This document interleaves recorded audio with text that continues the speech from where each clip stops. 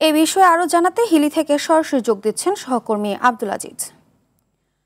আজিজ, শুল্কমুক্ত সুবিধায় ভারত থেকে 1 lakh metric ton চাল আমদানি নিয়ে কি বলছেন প্রান্তিক কৃষকরা? তাতে কি বাজারে দাম কমবে?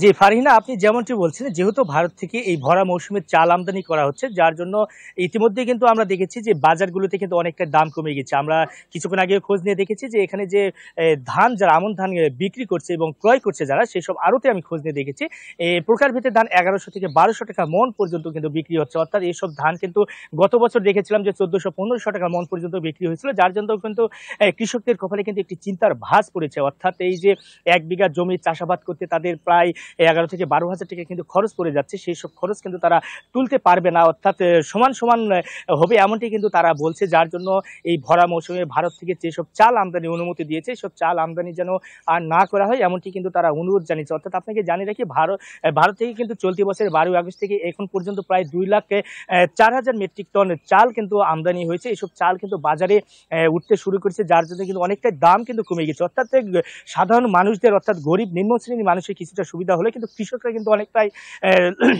লোকসানের মধ্যে কিন্তু পড়ে যাচ্ছে, কারণ তারা ন্যায্য দাম পাচ্ছে না। আমি কিছুক্ষণ আগে হিলির যে পাইকারি বাজার রয়েছে, অর্থাৎ চালের যে বাজার রয়েছে, সেখানে আমি খোঁজ দিয়ে দেখেছি এখানে কেজি প্রতি 5 থেকে 6 টাকা কিন্তু কেজি প্রতি, অর্থাৎ প্রকারভিত্তিক চালের দাম কিন্তু কমে গেছে।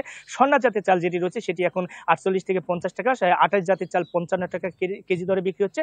মিনিগেট আপনার 68 থেকে 70 টাকা, সম্পা কাটারি আপনার বিক্রি হচ্ছে 62 থেকে 64 টাকা। অর্থাৎ এইসব চাল বাজারে কিন্তু দাম কিছুটা কমেছে, অর্থাৎ যার জন্য কিন্তু সাধারণ মানুষরা কিছুটা স্বস্তি পাচ্ছে, কিন্তু কৃষকদের কপালে কিন্তু অনেকটাই চিন্তার ভাঁজ। কৃষকরা আমদানির উপর যদি এখন ভরা মৌসুমে যদি আমদানির উপর সরকার যদি নির্ভরশীল হয়, সেক্ষেত্রে কৃষকরা কিন্তু অনেকটাই নিরুৎসাহিত হবে। অর্থাৎ আগামী দিনে হয়তো তারা ধান রোপণ করতে, অর্থাৎ আমন ধান বা ইরিদ বোরো যেটি বলা হয়, সেটি কিন্তু তারা আর রোপণ করবে না। অর্থাৎ যেহেতু ক্ষতির মুখে যদি পড়ে যায়, সেক্ষেত্রে কিন্তু কোনো কৃষক চাইবে না তারা লস করে চাষাবাদ করতে। যার জন্য সরকারকে অবশ্যই পদক্ষেপ নিতে হবে, যেন ভরা মৌসুমে যেন চাল ভারত থেকে না আমদানি করা হয়। সেক্ষেত্রে কৃষকরা যেমন লাভবান হবে, সেই ক্ষেত্রে কিন্তু তারা কিন্তু চাহিদা, অর্থাৎ ধান চাষে আগ্রহ কিন্তু তাদের মধ্যে অনেকটাই বৃদ্ধি পাবে। তো ফারহিনা, এখন পর্যন্ত বলা চলে চালের আমদানি স্বাভাবিক রয়েছে, চালের অর্থাৎ ধানের দাম কিন্তু কমে গেছে, যার জন্য কৃষকরা অনেকটাই অস্বস্তির মধ্যে রয়েছে। তো এখন পর্যন্ত এই ছিল আমার কাছে দিনাজপুরের হিলি থেকে চাল আমদানি এবং ধানের দাম নিয়ে সর্বশেষ পরিস্থিতি।